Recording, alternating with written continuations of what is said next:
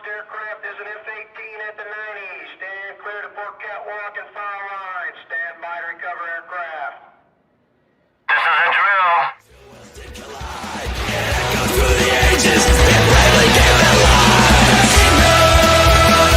It's breaking sword. We're still on this song for freedom.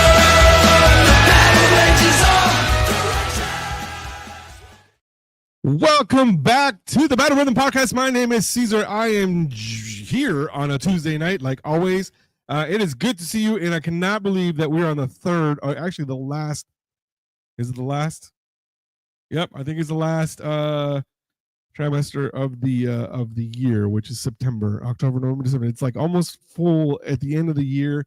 We're almost done, and I cannot believe that it's come to this already, where we are almost out of time for the year, and we're going to be welcoming yet another year here soon. So a little change of plans. I do apologize to all those fans or all those people that were listening and were hoping to actually hear Mitch Fuller come in tonight. He actually had a last minute cancellation. Hopefully everything is good with his family, so we'll be having him reschedule him soon. Nevertheless, we do have a stellar, and I mean stellar, guest who has been a guest of the show before. He has been a previous guest here, and he's a friend of the show. So please give him a big Battle Rhythm welcome to my interview of the week, Mr. Lin Tuma. It is not a Tuma, but he is here. So interview of the week. The Battle Rhythm Podcast interview of the week is brought to you by Texoma Harley Davidson. Stop by to see Kenny and his team for all of your Harley Davidson needs.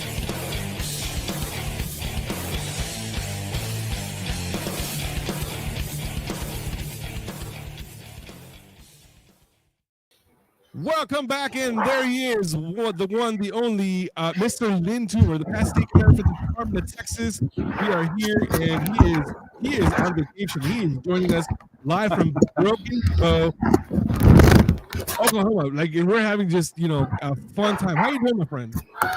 Outstanding. How you doing today? We're living the dream one night at a time, but that's a topic for another time. So, absolutely. How's the vacation going? I apologize for breaking your vacation short. Well, the vacation is going awesome, and it's never too much trouble for me to jump in on one of your shows if you need me. Well, I appreciate that. You're a fan of the shows and a sponsor of the shows, because your company is actually one of the sponsors. So I better give you some love. And I would have actually called one of our other sponsors, but he's up somewhere in Vancouver right now, doing a little bit of a what do you call it, sailing or whatnot. So yes, sir. It is so today's September 2nd of 2025, and I like to start the shows by kind of giving everybody a little background as to what happens in the National Day of, right? So we're going to start with that today. So just in case you didn't know, today is September 2nd, like I said, National Another Look Unlimited Day, which is the day after Labor Day. I've never heard of that, which is kind of weird. Okay. That's what people look like after Labor Day. Right, because you have to. Oh, that's right. Okay, gotcha. Another Look Unlimited Day. I got you. All right. This one is National Blueberry Popsicle Day. Do you know that? Blueberry Popsicle Day. Yeah. So if you're in any did kind of diet, not know that. If you're in any kind of diet, that one would probably be good one to actually have. So there you go. All right. And actually, this one is actually of a VPR. We have VFW VPR, right? We actually have one of these all the time. And this is one of the ones that it's not required for the All-American, I believe, but this is one of the 12 that actually are on it. Today is National VJ Day, Victory Over Japan Day. Did you know that? Yes, I did. Of course you did, because you have to be up. You have to be up on all these VPRs. But I want to read for those people that don't know. I want to go ahead and read a couple of things that commemorate Victory Over Japan Day for September 2nd. So On September 2nd, National Victory Over Japan Day recognizes Allied forces' victory over Japan during World War II. Officials announced the surrender of Japan to the Allies on August 15th, 1945. The official signing of surrender took place on September 2nd, 1945, officially ending World War II. Between 50 to 80 million lives were lost during World War II. These numbers include both military and civilian lives, fought on every continent except Antarctica. The war consumed the entire cities. More than 50 countries took up arms. Even those who maintained an isolationist stances held sympathies for one side or another. Militaries fought on the land and sea, in the air. Civilians often had front row seats to the devastation when they didn't. Technology brought reports to them more quickly. Radio broadcasts and war correspondents informed to the public with firsthand details. For 6 long years, the world endured rations, victory gardens, evacuations, drills, and an entirely different way of life, an uncertain future. 6 years of sacrifice and horrors preceded this moment. All around the world, celebrations erupted. However, there would be years of reconciliations, discoveries, and coming to the terms with the damage done to the relations of humanity. How do you observe National Victory Over Japan Day? Well, what we need to do is learn more about World War II, the people who served and sacrificed, and how life changed after the war ended. Take the time to visit with those who lived through it, and there are not very many of you left, but some are still around. Read their memoirs and discover the stories you've never heard before. Use National Victory Over Japan Day to post on social media. Hashtag National VJ Day. V as in Victor. Share photos of friends and family who served in World War II. Honor those who sacrificed and maintained our freedom. The history over Victory Over Japan Day. The formal signing of the Japanese instrument of surrender took place on board the battleship, the USS Missouri in Tokyo Bay. At that time, President Truman declared September 2nd to be the official Victory Over Japan Day. However, over the years, many citizens of the United States celebrated it as August 14th as VJ Day, in conjunction with the European observation of August 15th. Okay, so several things here that I want to point out about Japan Day. One is that we are very lucky that we still have the USS Missouri where people are able to actually go and visit it. It's currently in Hawaii. Okay, so if you go to Hawaii, you go to Honolulu, just go up the road for about 15 minutes. It's going to be right there. It's going to be where the Pearl Harbor Museum is. All right, so you're able to go and see that, and you're able to see part of history. This is where General MacArthur signed and had the representatives of Japan sign it in front of him. And after that, General MacArthur was actually able to he ruled over Japan for about 3 or 4 years before he actually stepped down. So that's one.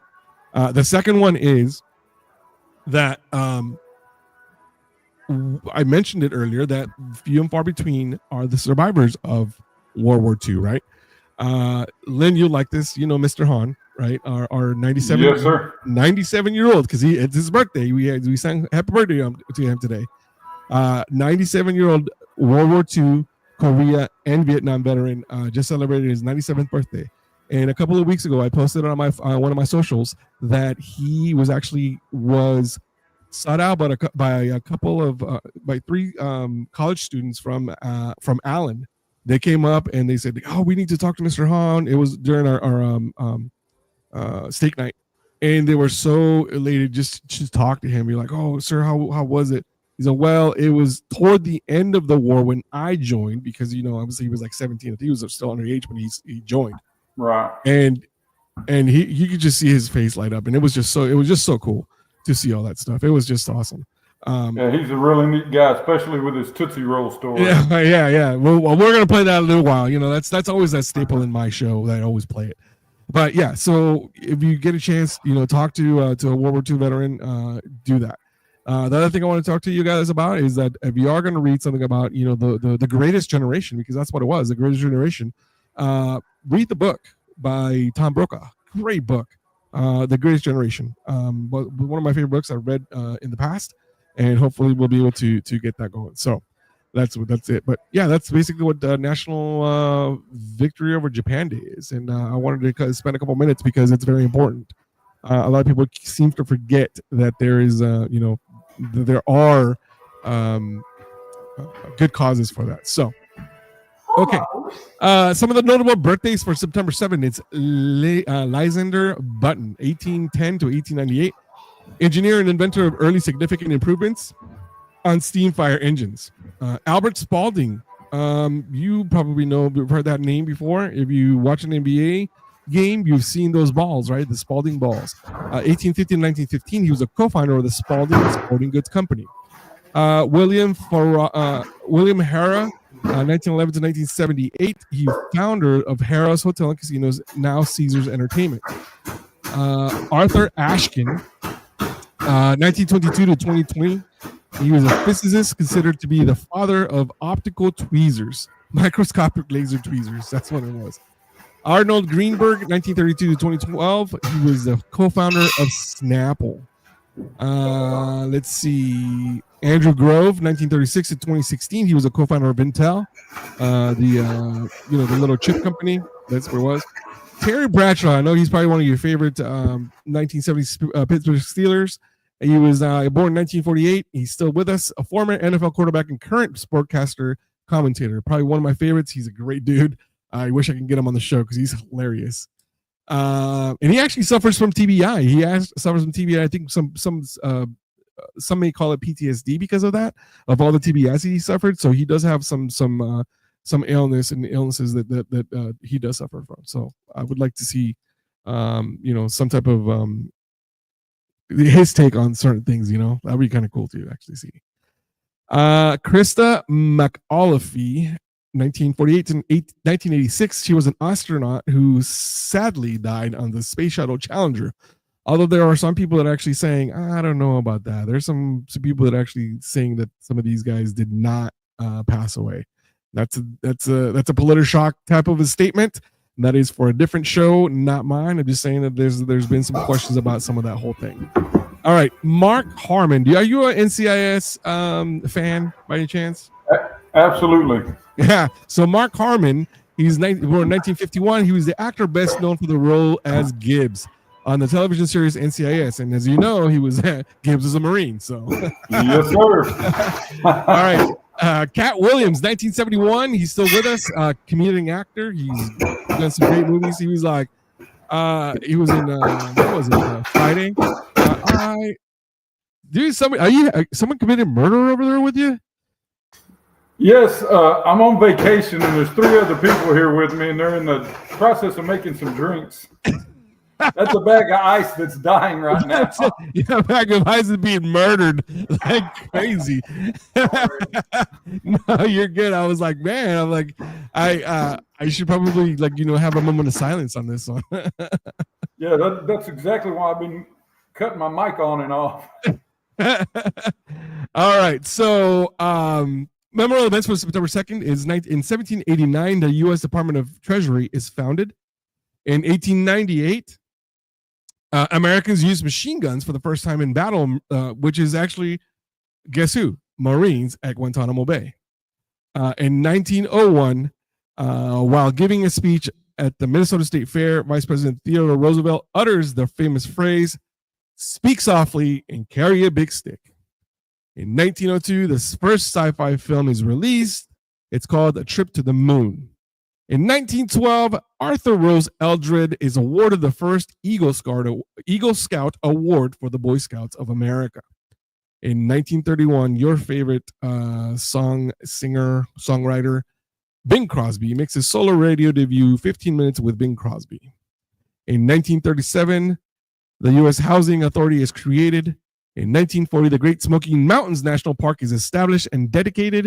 In 1944, the future president George H.W. Bush. Do you know all of his names? H.W. George H.W. Bush? Yeah. No. George Herbert Walker. George Herbert Walker Bush bails out of a burning plane during a mission in the Pacific. That's right. He was a mission. He was a World War II pilot for the Navy in World War II. 1945, Japan formally surrenders to the U.S., ending World War II, just like I mentioned, Victory over Japan Day. In 1963, CBS Evening News becomes the first U.S. network to broadcast the first half-hour weeknight news. And in 1969, the first automated teller machine is installed in Rockville Center, New York. 1974, President Ford signs the Employee Retirement Income Security Act, setting minimum standards for pension plans, which are long gone now. It's now 401ks. 2008, Google launches its Google Chrome. And that, ladies and gentlemen, is some of the most notable events for September 2nd, also some of the notable birthdays. And without further ado, let's get to our interview of the week, man. Thank you for accepting our invitation to be here in such a short notice. And I do truly appreciate you being here because it is super, super cool that you are here. And like always, I always enjoy talking to you because you you just tell it straight like it is, and it's funny to me. And I'm like, I don't really care what people think, which is awesome, which is cool. So anyway, but how you doing, man? I know you, like I said, I know you're on vacation, and I know you've been doing all kinds of stuff. And how's everything going out on the in the Eastern Front of? It is going great. Oklahoma is very enjoyable this time of year. That's what I'm talking about, man. I mean, I'm glad that your schedule allows it now to actually do that. Now, I'm gonna have to ask you the tough questions because I know you had just you ran a tough campaign this last couple of years, and it was with sadness. It was the fact that you were not chosen as the representative for the junior vice for the national. So how are you feeling about that? You feel a little bit relieved, or are you like, oh my God, this is over, thank God I have a life back? Well, I'm relieved and saddened at the same time. I think I would have brought a lot to the table for them, a lot of new ideas, a lot of things they need to move forward. But the membership made their vote, and that's how it is. Yeah, no, it's exactly right. And unfortunately, that's just kind of how it goes. I mean, there's always have to be some type of I don't want to say just the people that are defeated, right, because of that. So, and you wish you have a different outcome of it, especially. But I'm pretty sure that you're going to be thinking about a campaign later on down the road, and I'm pretty sure that somebody's going to kill you when you say, "Oh yeah, I've already announced for national. I've already announced for national council." Right. Which actually, I'm glad you brought that up because national council. A lot of people don't know. Okay, so let's just kind of break it down. A lot of people are new to the VFW and what we do, the organization, or people are just watching and they don't know what we do. So the VFW is the Veteran Foreign Wars. It's the oldest organization for veterans in the nation. So a lot of the things that happen with the VFW is that we're on the forefront of actually getting a lot of things passed or through Congress for us to actually get benefits and entitlements that we've earned, right? But for the National Council, can you please explain to people what the National Council really does and what it is? Yeah, the National Council runs the operations of the entire organization throughout the year in between conferences. Right. So we have we just finished our national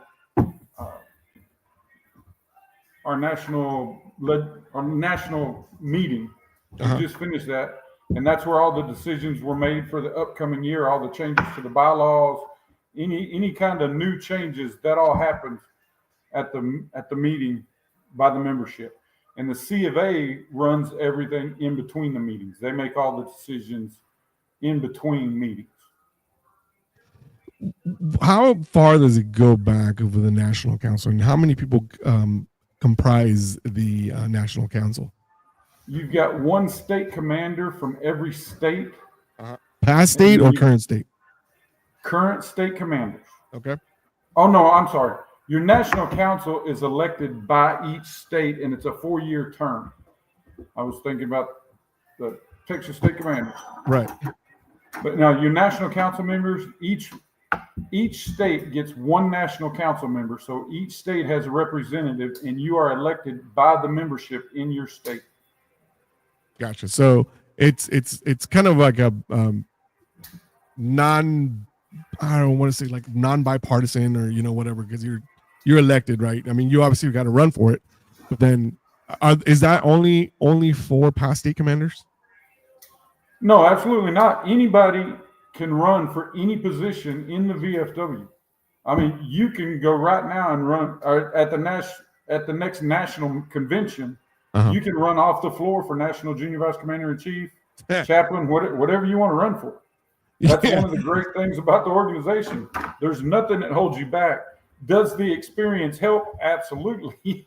So, Yeah. of course, the more experience you have, most likely you're going to do a whole lot better than somebody just walking off the floor.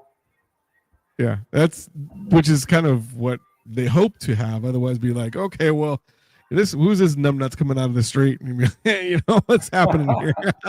Yeah, that's happened before, but not very often.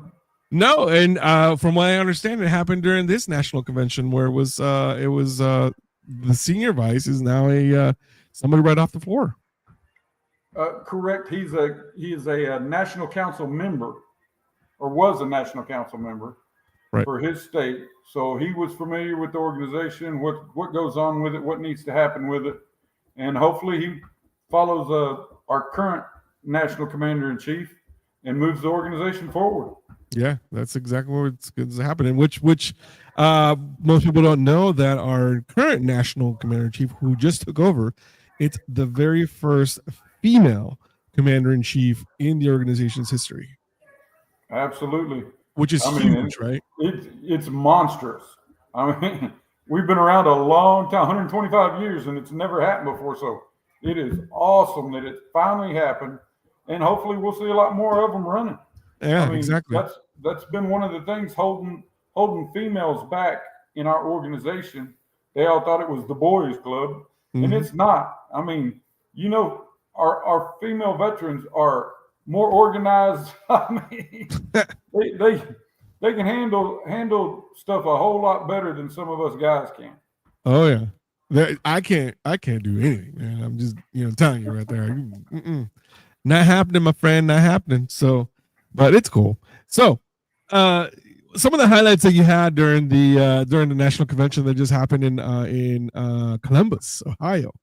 How was Columbus for you? Was it everything you dreamed of? Was it everything you hated about the Midwest? Columbus was interesting. The location we were at around the convention center was very expensive. Uh-huh. We had to go like 3 blocks off to get a drink that you could afford. Oh, so, what? Yeah, but it was a really neat state, just like all the states are that I visited. The Southern Conference has 14 states in it. We visited those over the last 3 years. But the national convention, and it was the birthplace of the VFW, so that's right. You couldn't ask for a cooler place to be. But yeah, it's just a little on the high side. Yeah, I mean, now people don't realize is how much money, services are, like food and just how much have gone up, and it's just like, how are we been able to to do anything right now? It's crazy. So it is absolutely crazy. But nevertheless, everything went without a hitch, and it just seems that now we are on a good path forward, and obviously having a female commander is going to have a different perspective to where we're going to be able to actually have a little bit more for female veterans as far as some of the things that ail them, right? Because obviously we have everything that ail males, but then also they have other ailments that are specific for female veterans. And again, I'm not being sexist or anything like that. I'm just saying that there is certain differences in our biology, and everything that they actually have that we don't, right? Which is good because she'll be, like I said, she'll bring a very different perspective, and then probably it's going to make the organization move in a different direction. Not that it's a bad thing. Yeah. it definitely lets all the female veterans that are eligible coming in know that, hey, they can go as high as they want to in this organization. Exactly. They just have to work at it just like everybody else. Exactly. So, which is great because she's setting a great example for everybody. And who else? I had the pleasure of meeting her a couple of years ago, and she was super nice. And she still owes me an interview. I'm not gonna go anywhere right now. It's just making me cry every time I think about it. No, but she's definitely a very, very smart woman, and she knows, obviously she probably has already a plan set in place that she's been working on for the last 3 years, and now that plan is going to go into motion, and hopefully it'll put this organization, even higher than we've already been doing. So, which is good. Yes, sir. I mean, All right. we had a female national quartermaster general. She was our previous quartermaster general. So we've got great history with the female leadership in our organization, and Carol Whitmore will definitely move the organization forward. Yeah, absolutely help the female veterans get what they need to get from the VA and everybody else. Right. She understands it better than anybody because she's been dealing with it. That's good. Like I said, it's good to have that perspective, and good to have that our organization, because you're right. Everybody's different as how well organized they are, and females just tend to multitask a lot better than you and I will ever be, right? I'm just calling it like it is, because I know you as a Marine, you want to have like one task kill, and for me it was like, okay, my radar's going that way. But I'm just saying that in the most objective objective way of being there. So it's it's what it is, man. So it's cool. So, all Absolutely. Right. So what else? Now that you've announced, like, you feel that being able to actually change some of these bylaws and bring some of these things you'll be able to actually gain more knowledge of the organization itself? Absolutely. No doubt in my mind. What are some of the things that you may propose? Because you should be able to propose some of the changes right to the bylaws. Well, if you're familiar with our organization, the changes start at the post level. So everything has to come from our post, and they make it up through the chain to national, and that's when it's decided by the membership at the national convention. So I can't go in and change everything. I can't go in and propose everything. I have to talk to my membership and see what they want and see what needs to be changed. We've got a great set of bylaws. We've got a great set of operational rules that we run by. Our code of ethics, yada, yada, yada. It's outstanding. It's a great base. Yeah. There's a few things that get changed every now and then because they need to be changed. They need to be updated. Yeah. To just bring it into the current century. There's some of the stuff that they had when 125 years ago that don't exist now, or they did not address back then. So we're having to add it to it, like being able to vote online at your post meetings and at your district meetings. They didn't have online 125 years ago. Right. Which is, obviously things change, from 125 years ago. I mean, I'm sure that there was only a few people that actually ended up going to these national conventions, and in 125 years, I'm sure that's changed quite a bit. But sometimes it feels like the changes do take a long time to actually take place. And I'm not saying that that's independent of what it is, but it's just because it takes so long for those national conventions to come around, which is once a year. To be able to make those changes. So, sometimes I wish there was, quarterly, they'll be able to actually update or amend some of these things that are needed.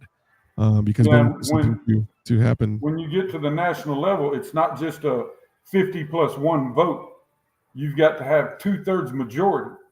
And that is tough to do at a national convention. Yeah. Everybody's got their own ideas about everything. So you got to do some hard work to get something passed at the national convention. Yeah, well, and it happens. So but I'm glad that that we got that going, and it's super cool. So, hey, so we are live on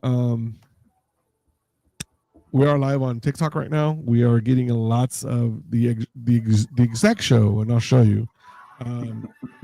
It's literally the show that we got going on, and we got all the comments at the bottom, and so we got some stuff. So, which is cool. We were able to finally get the stream key to go through TikTok, which is kind of cool because you're able to actually get more views and things like that. So it's not too shabby, which I like a lot, So it's cool. But anyway, all right. So yeah, we are on live on TikTok now, and it's pretty cool. But look at this guy. This guy just kind of shows up whenever he wants, and he's so afraid to even say hell yeah. Hell yeah. Yeah. All right, he's such a. I make fun of him. I was like, you're such a goody two shoes sometimes. Just let it out, man. Let it out. So I'm gonna put him on blast. He missed our post meeting today, and there were people looking for him today. Yeah, I know. I mean, you think just because you go all the way to Austin, you got to miss our post meeting? No. Well, you can zoom in now. No reason. That's right. That's right. Oh man, that's funny. Nah, I'm just messing with him. He's a good dude. He works hard, and he's like literally. He keeps crackhead hours. He doesn't have an actual like work schedule other than Tuesdays when he has to go down there. So it's just funny, and I make fun of him all the time. He's like, "Shut up! I work, all right." And I was like, "Yeah. You work. I never said you didn't. I'm just saying that you work." Which is just not a lot. Yeah, you're fine. If he goes all the way to Austin, he spends a lot of time driving or flying. He drives every week or every other week or something like that. He's my hero because he's got more guts than I do. I hate that place. I hate driving through Austin. It's too damn blue. Dallas, so whatever. Yeah, well, at least Dallas, but you kind of already know where you need to go in Dallas. Like, you have your areas where you go, right? But like even me, like I just go down to where I work in Greenville, and it's like, okay, I have a straight shot there, straight shot back. I'm cool, So. All right. Well, I got to tell you that this segment is brought to you by EGA Construction Services, veteran owned and operated. And for some reason, I got the owner of EGA Construction Services. And I'm just going to tell you now that if you want something done right, this is the dude to do it right for you, because he not only cares about his product, but he also cares about the customer. So he's very well customer centric, and he wants to make sure that it's done right the first time, because you have to remember that all of his measurements are done in crayons. Only the first round. Only the first round. Second round, we use a computer. Yeah. Make sure we get it right. Yeah. Just to make sure, I think you got to find the lollipop. Remember, you got to find the lollipop to get the right alignment. That's funny. No, but thank you so much for your support. We keep appreciating the Battle Rhythm podcast. Would not be the same without your sponsorship. So thank you very much for being that. And with that, I just I am just so grateful and humbled that you continue to support this podcast. So thank you. No problem, Caesar. I'm glad to do it and honored to be part of it. And come a long way. I have, and I'm going to go even a long way here soon on September 14th, which I believe it is the Run with the V event down at the Venbrook Post. What is it? 10429. 10429. Absolutely. Finally remembered that post. 10429 in Benbrook will be hosting a Run with the V event. What it is a 5K. You can either walk it, run it, or bicycle it, run it. And if you wear your silkies that day, make sure you come find him and show him your silkies. and he's going to take a picture with you. That is a Hell yeah. that is a promise. So if you're, I'm just saying, a lot of people are doing this irreverent warriors things, and they're doing the the silkies. He is one of the men that are going to be wearing his silkies doing that day. So the Battle Rhythm podcast will be there doing some live interviews, some podcasting, and probably running some. I won't be running. I just run out of time, and then I'll be doing some interviews, and I'll be doing some full interviews there, and probably doing a full podcast from that event on Saturday. No, it's Sunday, September 14th. At what time does it start? 0 dark 30 to about 1 o'clock, and then we've got hot dogs and hamburgers for everybody. I mean, it starts at 7 a.m. We've got a kids run, we've got a wheelchair run, the whole shooting match. I mean, it's the biggest event we do at our post, right? And it's a great cause. It's for suicide awareness, and that's really important to us. We started this 5 years ago, and the first year we had 50 runners, and last year we had 225 runners. So this thing's been growing like crazy. We get to donate to a great organization. Used to be 22 Kill. They are now, what's her alternate name? I don't remember. 22 Kill is now 22 a day. Say that again. 22 a day. Yeah, the organization was called 22 Kill, and there's all about suicide awareness for veterans, and they're huge into that. They've been around for a long time, and we joined up with them. Our first year, we were able to donate $500 to them. The second year, we donated $2,000. One Tribe Foundation. There you go. And last year, we donated, I think it was $8,000 to them. So every year, it just keeps going up and up, and the community supports us. The Fort Worth runners support us. I mean, it's an outstanding group of people to put together, and it's a lot of fun. We got music, you name it. We got it going on that day. Yeah, that's great, man. I mean, that's all it takes, for a lot of different people to you really, I mean, suicide awareness. I mean, everybody needs to do that. Somebody that has probably lost somebody after they came back. They made it through the war, but they didn't make it through the war at home. So you definitely have to pay attention to that. And actually, September is National Suicide Awareness Month, just so you know. So this is why they push it so much as far as what it is. We are doing. There's a lot of motorcycle runs right now that are happening for suicide awareness, and your post is actually having that right now over there, and so it's gonna be fun. So hot dogs and hamburgers. Are you gonna do the Mexican style hot dogs? No, man. What's the Mexican style hot dog? You want jalapeno on it? No, bro. Like, check it out. So you actually. This is a Sonoran style, right? Sonoran style. You actually, it's a hot dog wrapped in the bacon, right? And then you put it on the bun. You put a little bit of mayo on the bun. You put the bacon in there. Then you put cream, like not sour cream, but Mexican cream on top. It's not sour cream, but it's just Mexican cream or the Salvadorian cream on top of it.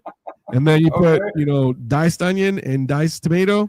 Oh my God! Oh, and then on top of that, you put some Zapatillo or Valentina. Oh my God!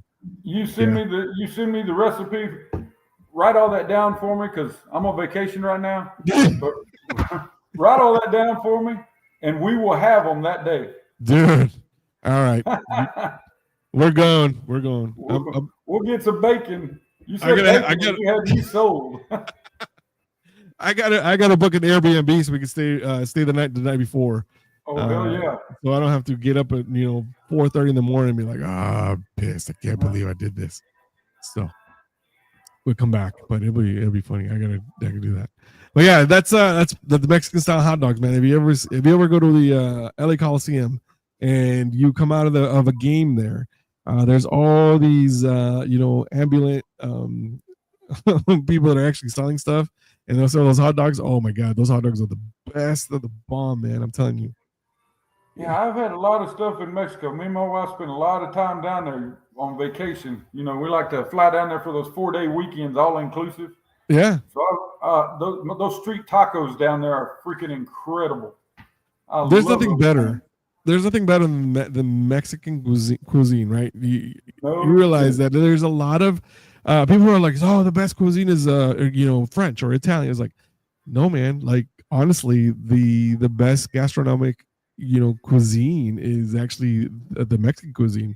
It's true. It's been voted that way for a long time, and it's good. There's a lot of different dishes, but yes, there is a lot of influence from those countries because Mexico was actually ruled by France for a little while, and also the Maximilian, the Habsburgs were down here as well.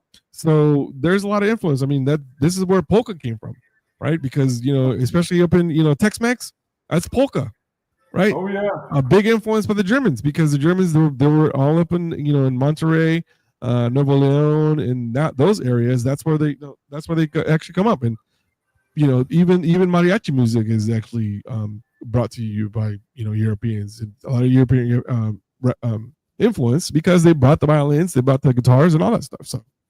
Yep. Yeah, you go down there on vacation because those guys get 30 days a year. Yeah. On vacation. So Americans don't get unless you're in the military. You don't get that kind of vacation. Or you're self-employed and you can afford it. There you go.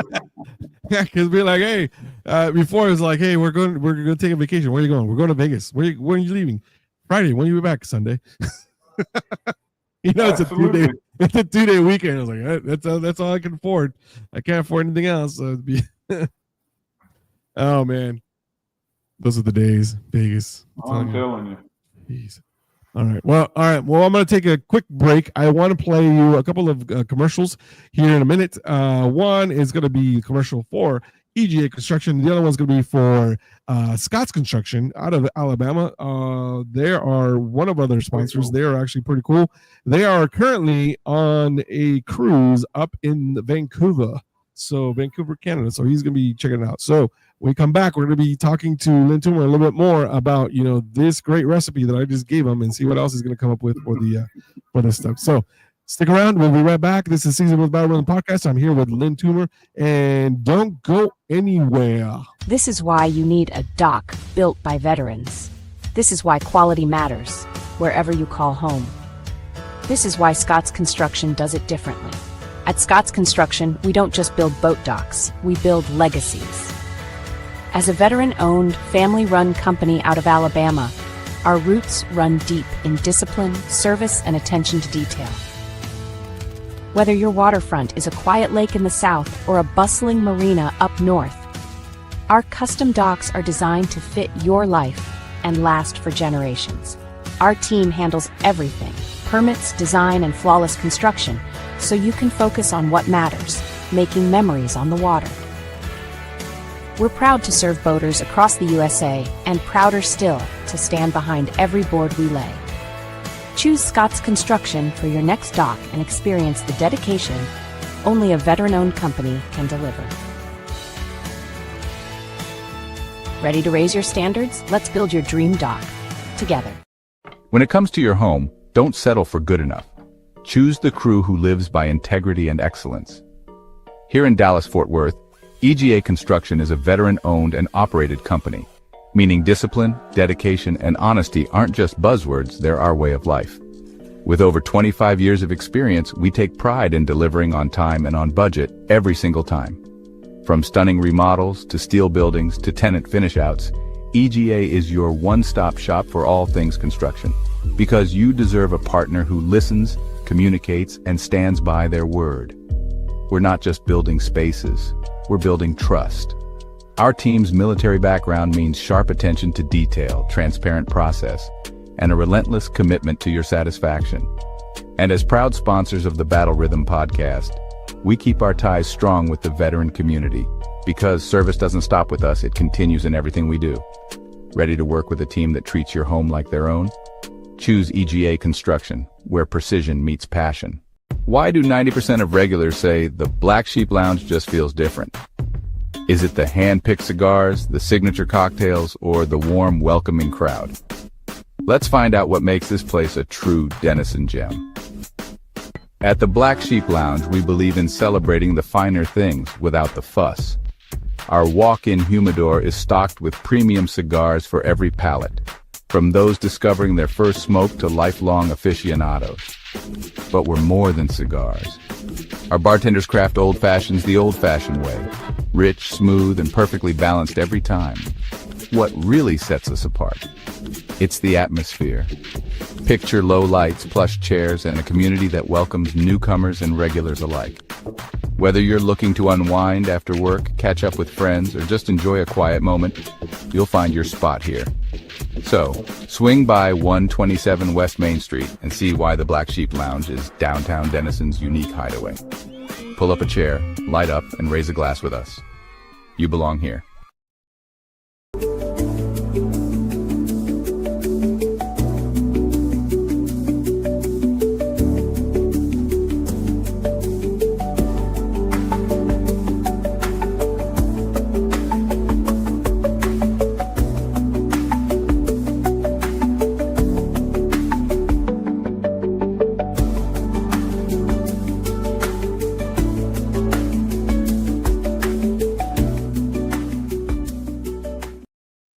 Welcome back to the Battle Rhythm Podcast. I am Caesar, and you are listening to us through Voice of the People Radio and Television Network, UC Digital, and also Patriot Radio out of Florida,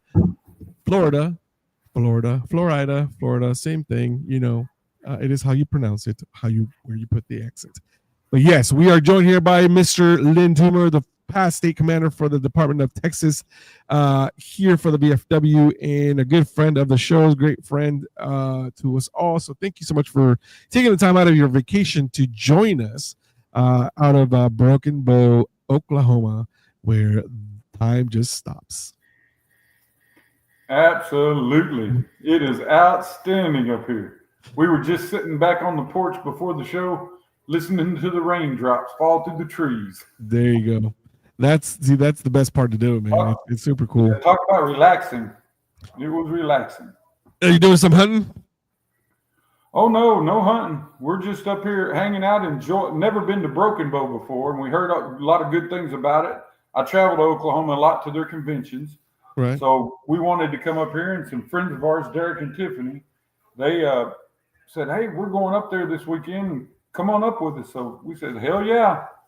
So we jumped in the truck and came on up. Hell yeah. I mean, that's what happens. You know, friends become friends, and friends become family, and family just becomes forgotten sometimes. I mean, it's what happens. All right. So we before the break, we were going to talk about something else, and I completely forgot it because I didn't write it down. But I mean, why would I do that? It was those great hot dogs. Oh, that's right. The hot dogs, man. I'm telling you, you could sell some carne estrada with some beans and some rice, man. Oh my god. And you obviously gotta have the good salsa. I'm telling you, you probably have like you can sell a plate of 5 tacos for $10, $12, and people will buy it. Just saying. A plate of 5 tacos? Yeah, that's a normal order when you go to Mexico. The order is 5. That's the minimum order. Well, obviously, okay. All the restaurants here lost count because they only give us 2 or 3. Yeah, because they don't.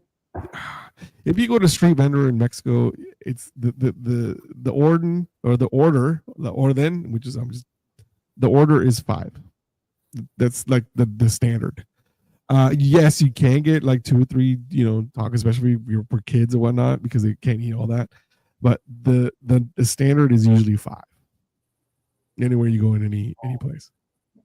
Yeah, I know they are in Mexico, but not here. Well, here, what they do here is like, okay, they'll put 2 or 3 tacos. They add the rice and beans. That's where they kind of compensate it. Down there, see, it's all finger foods, right? So you're not yet. Do they have beans? Yeah, the beans are in the taco. They're not going to be on the side, so you have to, because people. I'm serious. People go out there to actually go eat and they go eat, street food because they're just eating with their hands. They don't need, sit there with a knife and fork to, cut it up. Like, no, man, that's why they chop it up, especially the carne asada. They chop it up and they put it in a taco and the tortilla and then boom, that's it. Easy. You betcha. Boom. That is definitely it. And if you ever notice, they don't give you paper plates. They use plastic plates, right? And they put a plastic bag above it. So all you got to do is just take that plastic bag, throw it away, and use the plate again. So they're not. You never noticed that? No, I didn't. Yeah. Huh. And they'll put the tacos on top of a plastic, a plastic paper or a plastic cutout, but they'll put the plate in a plastic bag and then they'll just hand it to you. And they have those little wax papers and everything, but they'll just take they'll take the plate out and then turn it inside out and then throw that paper away, put that plate back in, give it to the next person. Hey, genius. I'm telling you. Wouldn't pass our health codes here, but genius. Same thing, over there you get you have to return the bottles, right? The Coke bottles and everything, they have to be returned. So when you go into the store, especially like a mom and pop store, what they'll do is that they'll take a plastic bag, they'll put the Coke in there, or any drink you got that requires a bottle, they'll put it in there, give you a straw, here you go, and they'll keep the bottle. They don't give you the bottle for you to carry around. They'll just give you the plastic bag. That's crazy. I'm telling you, we're so over here. We're like, oh, we have so many bottles, and they always end up on the blah blah blah. Like, dude, take damn plastic, put it in there, put the straw, and call it a day. You're good. You don't have to waste all these. Heck yeah. They should just sell it already in the bags. Oh, no, because some will poke it. So, you know what I mean? And they won't hold the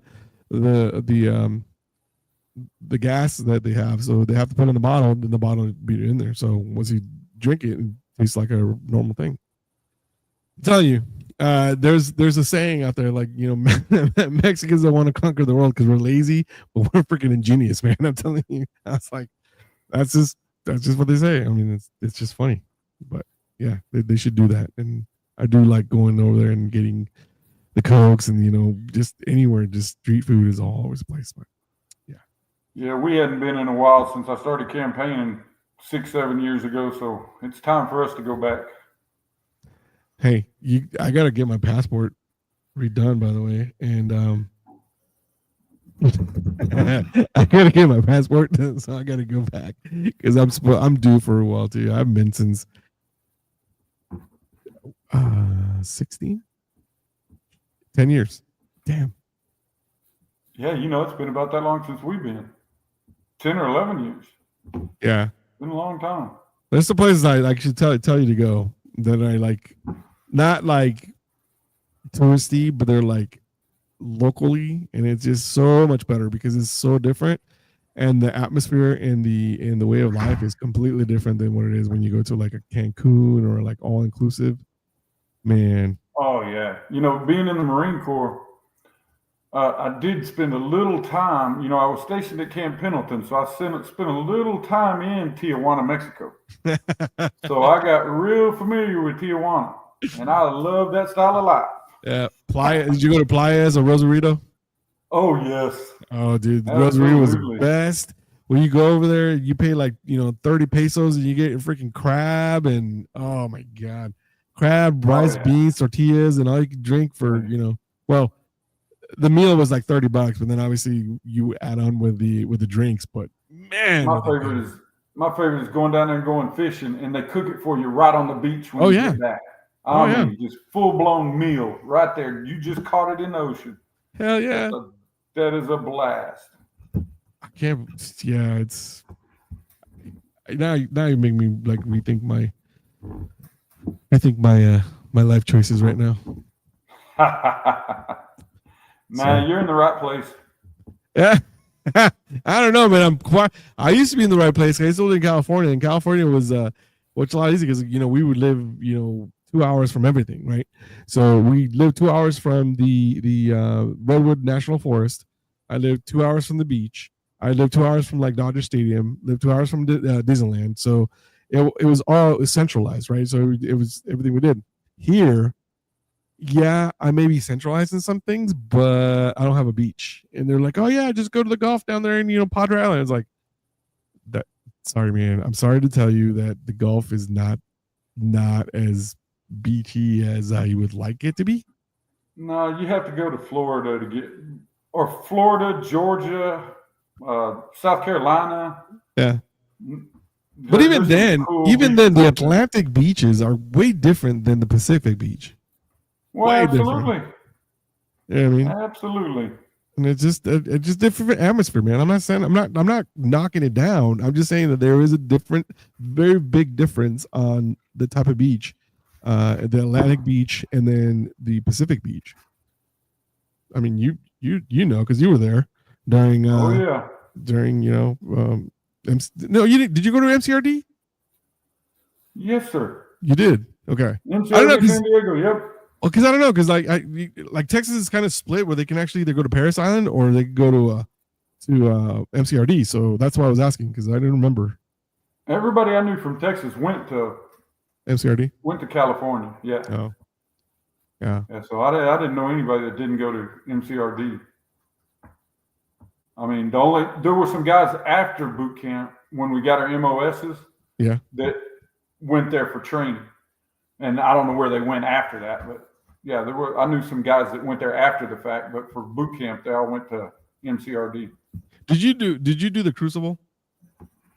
Well, of course. I'm just asking, man. I don't know. I mean, I don't know what they called it back then. Did they call it the Crucible? What did they call it? Well, yes, the Crucible. And did you do the Mount? Did I? No, fuck no, I didn't do that. I went to Great Mistakes. I went to Great Lakes in Chicago. Remember for my active duty stuff, and then after that, I came down to Fort Sill with the Army, and that's how because through the Army, that's how I'm eligible for the VFW. Gotcha. So yeah, but my active duty days were actually in Great Mistakes, and I keep telling you, I was your Uber. Yep. Anytime we needed a call, we just called the Navy. That's they right. By with the boat and pick us up. Yeah, it happens. It's cool. So, but yeah, I don't know. What is it? All right, we're just getting off topic. It's just one of those shows that we're just getting off top, not getting off topic, but we're just doing these things where kind of reminisce about a lot of things. So, what is your favorite memory from MCRD? Oh, getting out. I mean, yeah. No, probably the craziest thing at MCRD that never has left my brain. The drill instructor stuck 35 of us in a whiskey locker, butt naked, and told us to get the guy at the back to the front. What? Crazy. I mean, hey, Marine Corps training is psychological warfare. Well, this is a different time too, because now we're like, oh, here's my ACE card. I can't do it. Oh yeah. I where the Marine Corps has gone today. I know a lot of guys that are getting out now that have been in 40 years. So I did not retire. I saw the writing on the wall and I took a right turn after Somalia. Yeah. So I did not retire, but I know a lot of the guys getting out, and they said they're getting out because it's so frustrating now. They can't do a lot of the things they used to be able to do to correct somebody. Yeah. Those drill instructors are having a hard time down there. They're more babysitters than they are drill instructors. Yeah, it is. It's true. Let me ask you this. So when you were on a ship, right, for a Navy ship, do you remember actually seeing on the bulkhead the cigarette lighters? No, but I did not smoke, so it wouldn't be something I'd even paid any attention to. No. I'm not saying that. I mean, the older ships had those. Didn't mean that you actually smoked or not. I'm saying that they had them on the wall because during that time, for a lot of years, they allowed people to actually smoke on the birthings and in different hallways and everything like that. So I was asking if you ever saw those on the ship. No, I've been on LSTs, LPDs, LHAs, and I don't remember seeing them anyway. But that's been 30 years for me. So right. Well, yeah, because I mean, even then, 30 years before, those ships were still be around. So, okay, so I urge you next time if you do end up going to San Diego, they actually do have the USS Midway, that's there, right? The aircraft carrier. Yep. And if you go down to any of these berthings or any of these places, look around in the bulkheads, especially where the P-ways are at, where the entrances are at. Look and see if they have. Yeah, it's pretty cool. It's pretty little cool, little history lesson there because everybody during the 40s they smoked. Well, yeah, everybody did. And then they started, not like banning it, but they started placing smoke decks on certain, areas only because not everybody wanted to be around smoke and everything like that. So obviously they started finding out like, oh, you get secondhand smoke. Well, okay. So they started moving into different areas if you wanted to smoke. And then you find people started smoking because they wanted to go take breaks, and those people that didn't smoke would get stuck doing all the damn work. Yep. They're like, oh, yeah. That sure happened. They called it skating for a little while. Like, oh, where are you at? Skating around. Because you can find that some bitches. Yeah. So. That's crazy. I know. What people won't do to get out of work. I mean, nowadays they just call and not go, or say, "Oh, I'm sick." There's a lot of times they don't require you to actually bring you a doctor's note if it's less than 48 hours, but people still do it and they do it constantly. I'm like, But nowadays people are actually able to work from home, so that's a big difference. Yeah, I don't agree with that either. I can't build a house from home. No, but I'm saying corporate America. I mean, yours is a different story, but corporate America are able to do that, Yeah, there's a lot of people working remote now. Yeah, I mean, for a while I was showing these companies they don't need all the billion-dollar buildings anymore. Yeah, and that, I mean, it has its pros and cons, right? And unfortunately, you lose that human touch, right? That human interaction for one, and then when there is interaction, it's kind of awkward sometimes. Like, oh, do I shake your hand? Do I fist bump? What is it? Like, it's weird. Some people are like, oh no, dude, I just I do this now. Like, I'm like, what? Like, what happened to that old school handshake? I'm sorry, I'm just Yeah, if they don't shake my hand, I don't do business with them. Yeah. Yeah, I know what you mean. All right, so what are we drinking now? We're drinking whiskey? Are we doing American whiskey? Do what? Canadian whiskey? What are we drinking? Whiskey? Redneck Riviera. See? That guy. Tell us the story on Stu. Who turned you on to Redneck Riviera? Actually, my wife. Throw her under the bus real quick. well, no. Back in January, I'm a huge Coors Light drinker. I used to drink gallons and gallons of Coors Light. I mean, I weighed 50 pounds more than I do right now because of it. But back in January, we went on my wife decided to go on a carnivore diet. Right. And of course, if the wife's on it, she's only cooking for her. So I got to eat what she eats. So no, but I agreed to go on it with her, and hell, I lost 50 pounds. She's lost 30 pounds, and we're still eating. It's not a diet anymore. It's just a way of life. So yeah. But that's how I got started on it, because she said, you can have all the steak and lobster you want to. And I said, cool, I'm in. And then she said, but you got to quit drinking beer. And I said, hell no. And she says, well, you're going to have to try whiskey. It's got less carbs in it and all this stuff. And I said, okay, I'll try it. And so very fortunately, we went to Kentucky for their convention. Oh, yes. I was there. And Kentucky taught me how to drink whiskey properly and how to taste it and flavor it and all that fun stuff. So I've become pretty good at it. And just so happens we were there in, Big and Rich. John Rich. Mm-hmm. Yeah, John Rich had started making this, and we saw it at one of the national conventions. So we tried it, and we brought it into our VFW post. And now we're the biggest seller in Texas, and we're only open 3 days a week. You got some alcoholics over there for you. Oh, hey, a lot. We've got a lot of great people that like to have a lot of fun. Yeah.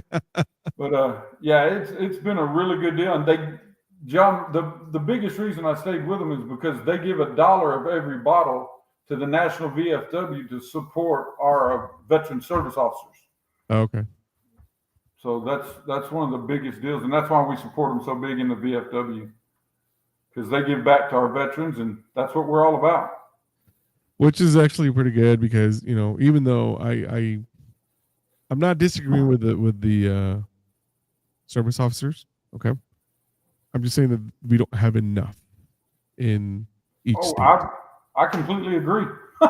Because how are you going to have two people doing a job for like all kinds of people, and then you take away, you say you can't really do the post, can't really do those anymore because they're not certified. I'm like, well, okay, yeah, that's where they let the legal beagles get involved in this crap at the national level, saying that our posts can't be called service officers anymore. Yeah, that's just everybody's trying to cover their butts, and it's all BS in my opinion.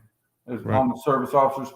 We don't have enough certified service officers. That used to be the case, but we do now because we have more service officers. We don't have enough because we've got so many veterans in Texas.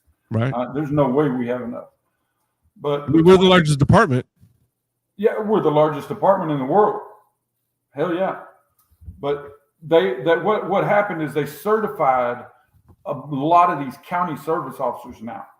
So now they're VFW certified, so they can get on the website and get all the medical information for us and actually file our claims now. It's still hard to find a good one. Right. You know, there's a lot of them that are wishy-washy. Sometimes you get it, sometimes you don't. And there's it's funny because you'll have one of them that hadn't helped anybody get 100% yet, and you'll have another one that's every one of his guys have gotten 100%. And you're like, They both get the same training. It's just what happens at the VA. Well, they get the same training, but it also okay. So again, everybody works differently. Everybody sees things differently. Some people, don't realize what it is that they're looking for, right? So I was fortunate, and I'll use myself as an example, no problem. So when I first got out from active duty, I got 10% right off the bat because of tinnitus. And then a bunch of zeros for a bunch of other stuff, right? So the second time I went in, and I actually went through the Army, obviously there was other ailments that actually arose from that. So I was able to actually bring my stuff from 10% to 100%. But I was fortunate enough that the person that was doing my stuff had been fighting the VA for a rating for over 10 years on certain things.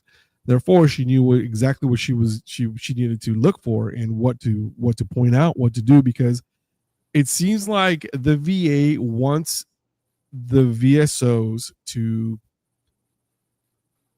literally point out, highlight what the elements are and where they are and And so when she did my stuff, that's exactly what she did. She took Post-it notes, the little ones, is like sign here and all those little ones.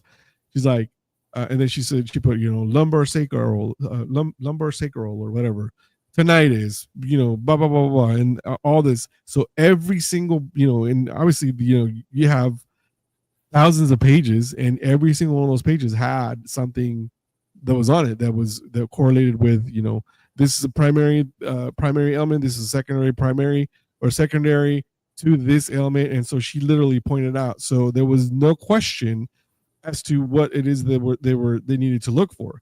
So it just seems like the VA wants the VSOs to be that detailed when they do that stuff. Otherwise, it's not going to be able to because they're literally like, oh, nope, sorry, nope, you got it. Even though, let's just say, say you got hurt, right? Say you got hurt and you got medevac orders and you had, all this other stuff. And you include all that stuff when you send it in, and they still deny you because they're like, oh, it wasn't combat related. Wait, what? I have medevac orders. I was here, and then this is by DD-214 saying that I was there during that time, imminent danger pay, and you're still denying me? Well, it wasn't pointed out, and dumbest thing, right? And it's happened because it's happened, to somebody I know, and it's sad the fact that that's happening.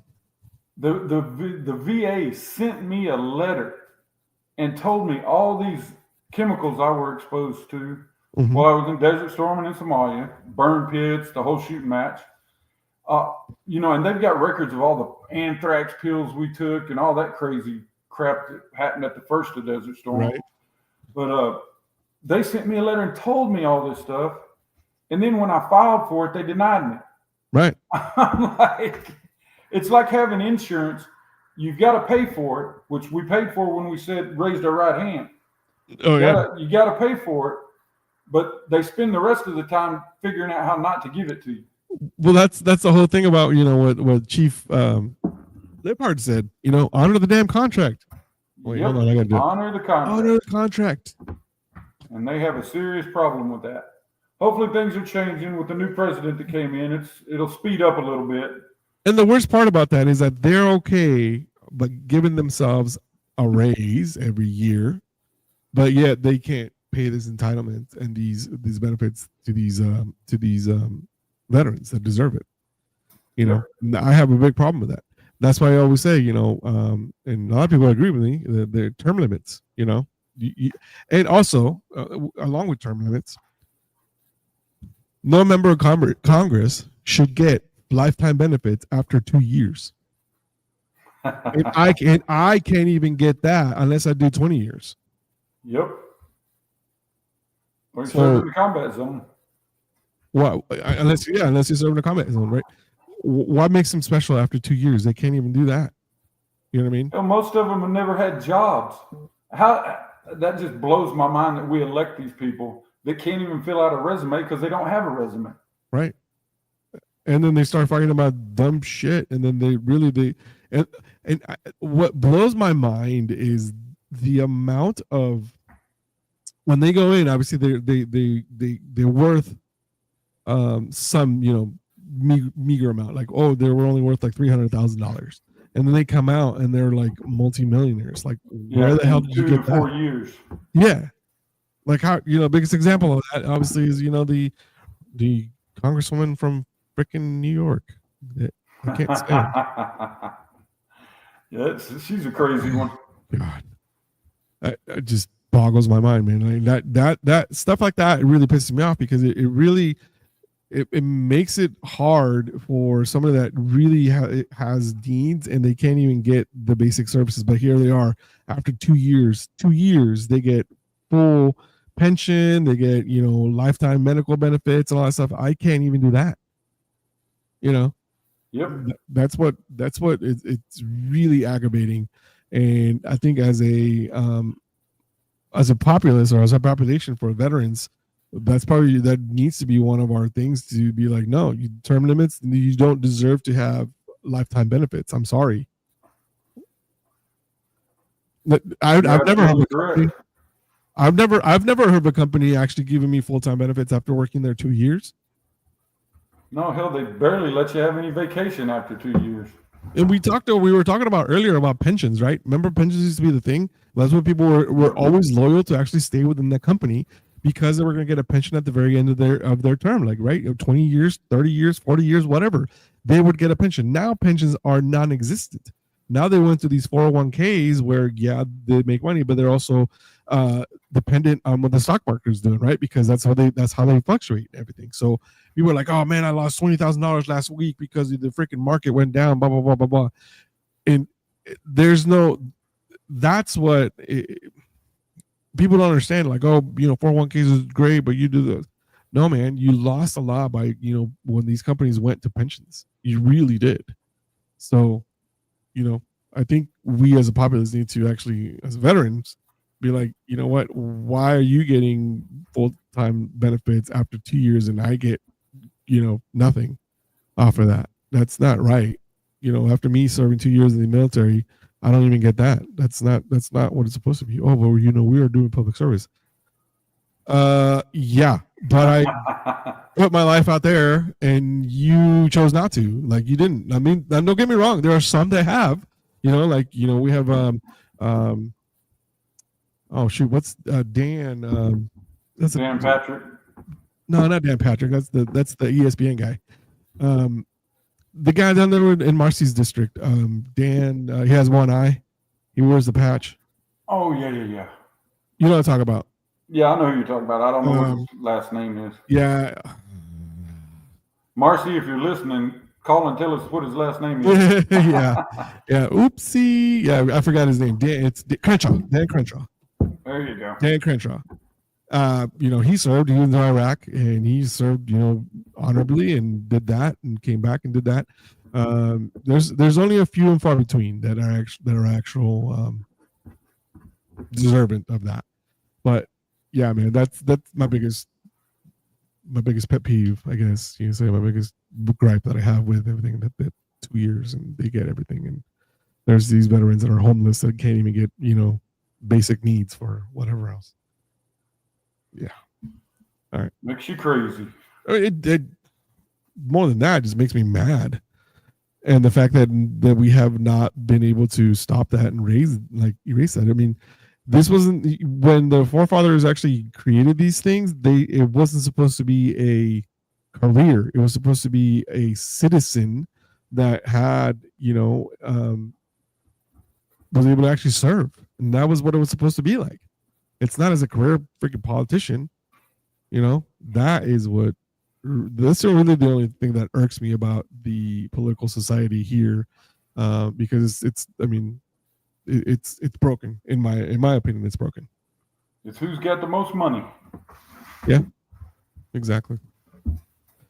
All right, well, soapbox is over. All right, let's move on to the next thing. All right, so I mentioned earlier that today was Gunny Highway. Gunny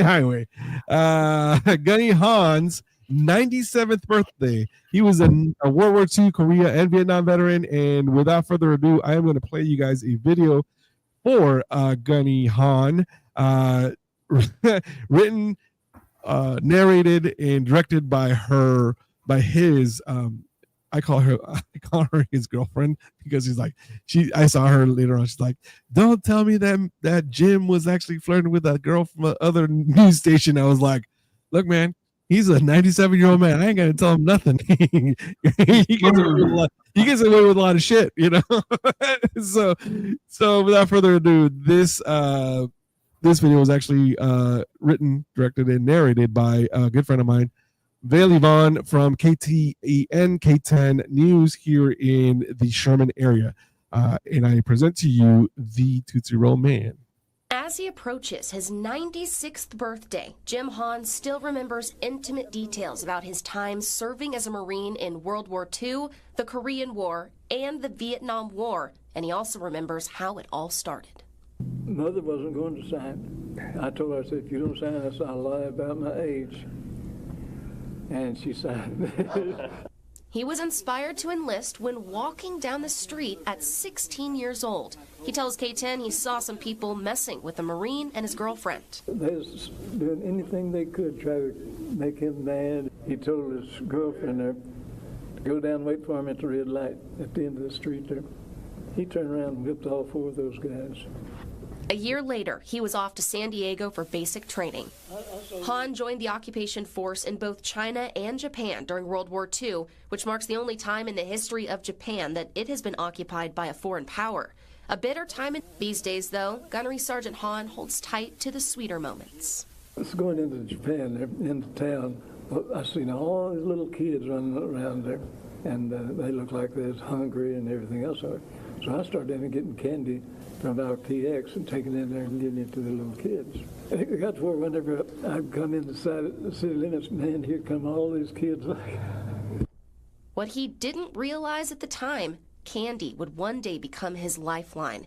In November of 1950, just a few months after the Korean War began, 8,000 fighters, mostly Marines, were trapped in the Chonjin Reservoir, surrounded by 120,000 Chinese soldiers. And you guessed it, Sergeant Han was one of those Marines. If somebody told me this, I'd have thought of him as being a liar, because I did not think that it would get 90 degrees below zero. I seen guys just walking along, and all of a sudden I could stop walking, and this did. They'd freeze to death while they was walking. Freezing, barely hanging on to life. The Marines called for ammunition using their code word, Tootsie Roll. I never will forget that. They got on the radio there and talking to them, said, send us some Tootsie Rolls. And they was talking about ammunition, a certain type of ammunition. Well, the soldier on the other end of that radio took the message literally, and they dropped into the reservoir Tootsie Rolls. Here's these 3 planes there coming out with these parachutes coming down there with Tootsie Rolls. It's supposed to be ammunition, but it's Tootsie Rolls. But if it hadn't been for them, a lot of us, including me, would probably starve to death. Those little chocolate candies were the fuel that sustained the troops. All other provisions were frozen, so they survived on the chocolate. It seemed impossible that they was there for any other reason than to save my life. I thank God many times for the fact that I lived through all of it, didn't lose any arms or legs or anything that way. I sat in this foxhole, and people all around me freezing, and some reason or other I didn't. He says all he thought about was his next breath and how he would use it. I don't know, I still think about it sometimes. I know that God saved me from it. Try to thank God 3 or 4 or 5 times a day about that. Decades later, Sergeant Han literally holds on to that memory with a bucket of Tootsie Rolls made specifically for him with American flags after the company heard his story. Those Marines that made it out are now revered as the heroes of the Frozen Chosen. But this one calls Texoma home, and he chooses to spend his time right here in the Sherman VFW. I feel like they're brothers. This, to me, is part of the military. As this veteran reflects on a life of service most would never know, Han would do every second of it again. The few, the proud, the Marines. It was such an honor to be able to sit down with Jim, and I just want to say right here on the record, thank you for your service. Not only a World War II veteran, a 3-war veteran. He decided to just keep going back. I know. And you know, I had heard that, I knew that there was something involving Tootsie Rolls, but that was the first time I actually heard that full story, and that is so incredible. And he's just walking around Texoma. Oh, how cool. Amazing, I know it. Welcome back to the Battle Rhythm Podcast. I'm Caesar, joined here by Lynn Toomer, the past state commander for the VFW and Department of Texas. And yes, you heard that right. That was a great little show of appreciation from Bailey Vaughn, our Kate 10 news anchor here in the Texoma area. Super great gal. And she, every time I see her, she's like, how's Jim? I was like, Mr. Han's just fine. He's found another girlfriend. So you're gonna have to go through it. It's just funny. It's just a little inside joke because he's such a lovable guy, and he's walking around like tonight. I saw him tonight for our post meeting. It was his birthday, celebrated his birthday, saying happy birthday. He's 97, and we were talking about certain things that we enjoy, because he walks around with this this can, Old Forge's can of Tootsie Rolls, and he's just the greatest guy. He lights up every time he talks about the Korean War, especially because he was part of the Frozen Chosen. So, yeah, there you go. And it's really cool that they make those wrapped in American flags for him. Exactly, and the fact that he's never going to have to pay for those, and I'm hoping that the Tootsie Roll will continue to actually send the post some of that, because it's his post. Well, shoot, he's been around since this post kind of like started, because the post was open in 1933, and he was, I believe, 17. He was born. Yeah, so he saw the post be born, because he was born in 1929.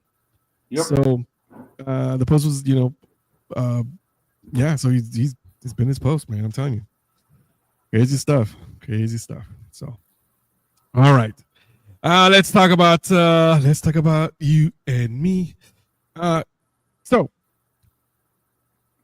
how are you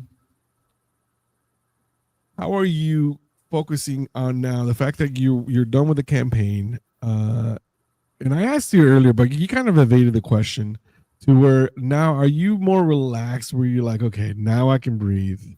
Now I can, focus on the honeydew list I haven't done in 3 years. Are you much more relaxed in that sense where you can, kind of breathe now? You're like, okay, I don't have to go to another state. I don't have to do this and that. Is that Hell kind of yes. Absolutely. Hey, I enjoyed every bit of it. It was a lot of fun traveling to the 14 different states, all the new people I met, all the friends I now have because of it. Right. But I mean, it's a lot of work. And my wife was a trooper going through all of it with me. Well, it's either that or divorce, man. I mean, she, I'm not saying that. I'm not saying that bad. Yeah, for all of well, a 4 foot, 4'11" Latina, it's gonna definitely do some damage because that chancla is like aimed right at your head, and she's got probably a better target than better aim than you do in that point, So, yes, but I'm sure, you got to give credit where credit's due. She was instrumental in a lot of the stuff that you did, and a lot of your fundraising was, because of her. And when my wife would talk to her, she's like, "Are you doing okay?" She's like, "Yes," that like half smile, like half like, "Why'd you even ask me that right now?" type of thing. Yeah. And she's like, "I'm ready for a drink." So absolutely, but she was definitely instrumental in your campaign, and I'm sure that it was good to have a good sounding board when you actually talking to her. So that's really good. The fact that she supported you throughout the whole thing, because it's been with her for 35 years, so I've sounded off on her many a times. I'm surprised you still have teeth. I've got most of them anyway. Yeah, that's right.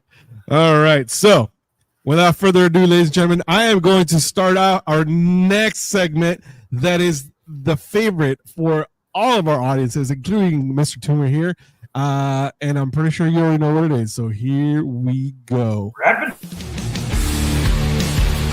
Rapid Fire Question is brought to you by EGA Construction Services out of the Dallas-Fort Worth area. It is veteran-owned and operated with over 25 years of experience.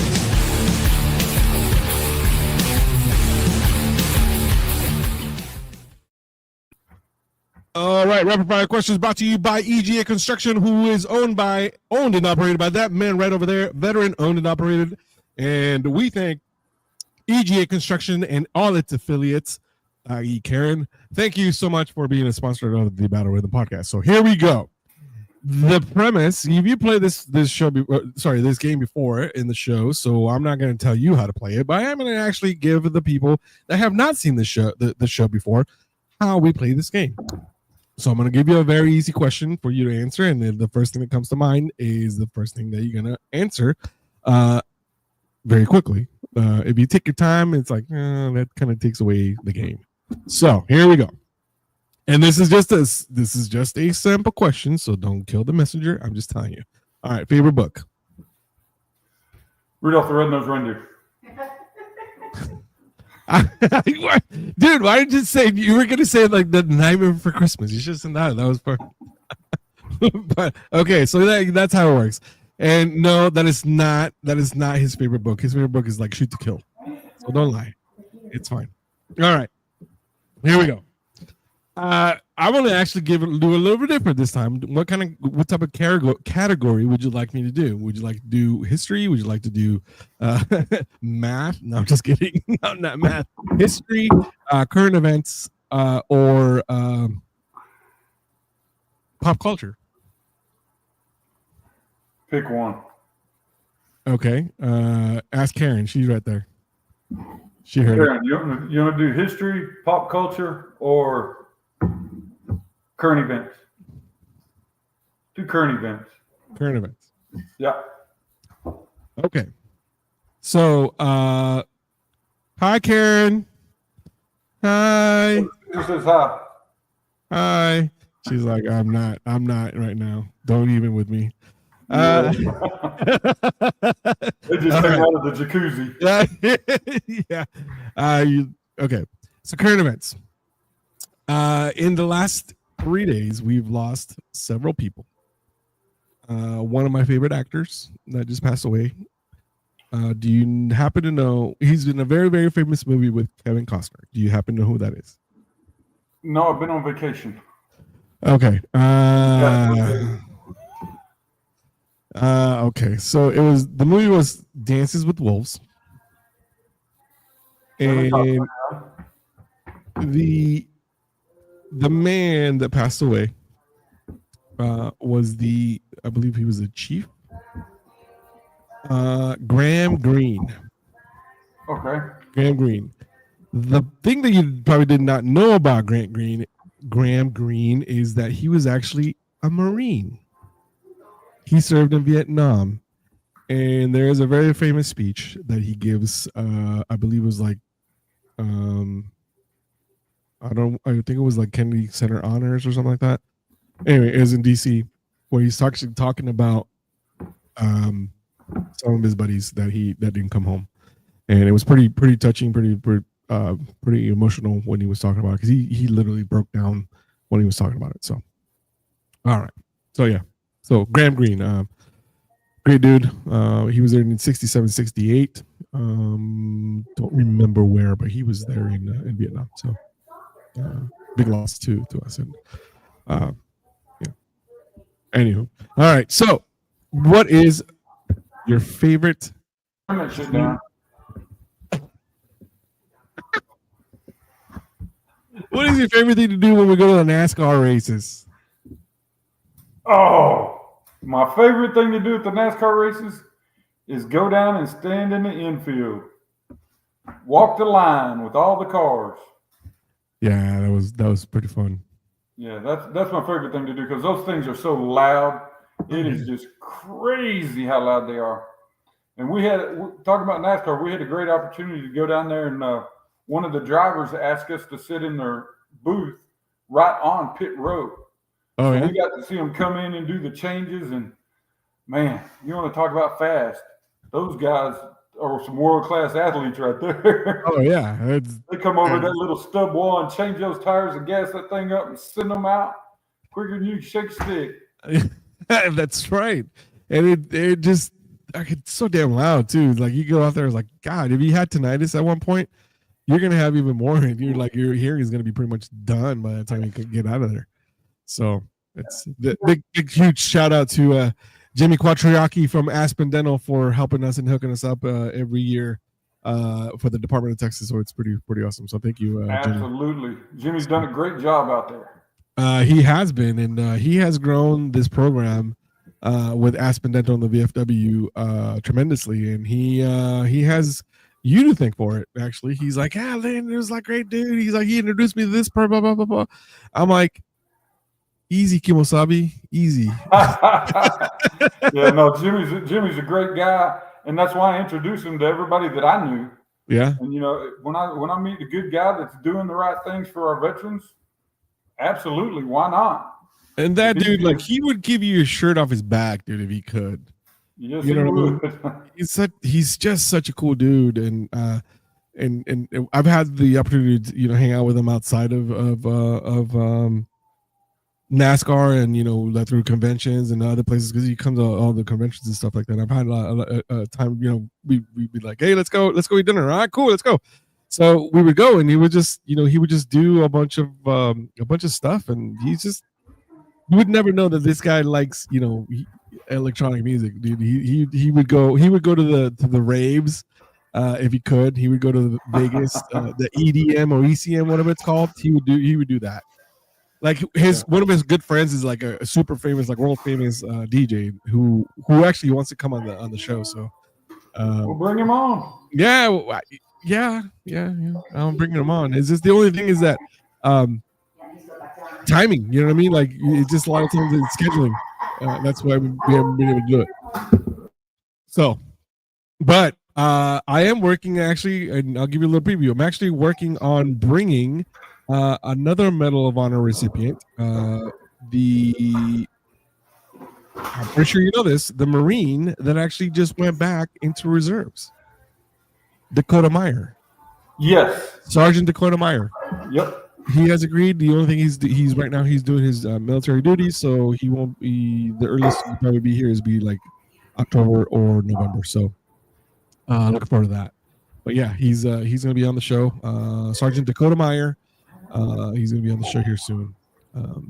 Probably the next 3 months or so, because he's doing his military duty. So, all right, let's get back to these questions. All right, if you had a choice between Wild X or Oakley, what would you take? Wild X. Wow, that hesitation. Okay, all right. Yeah, I've got like 6 pair of them. Yeah, I'm sponsored by a shut up. Glock or Sig? Glock. We're not friends. We're not friends anymore. I got a friend named Joe Glock. I had a friend named Ziggy. So yeah, there you go. All right. Favorite oh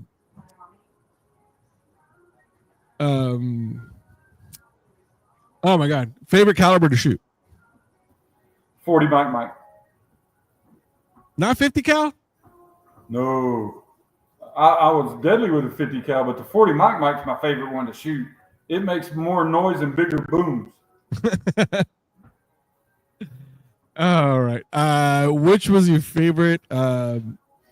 Marines are known for their uniforms, right? And however many freaking uniforms you guys have, what was your absolute favorite?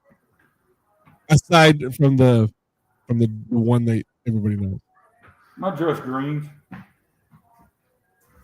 I never had a pair of dress blues. What?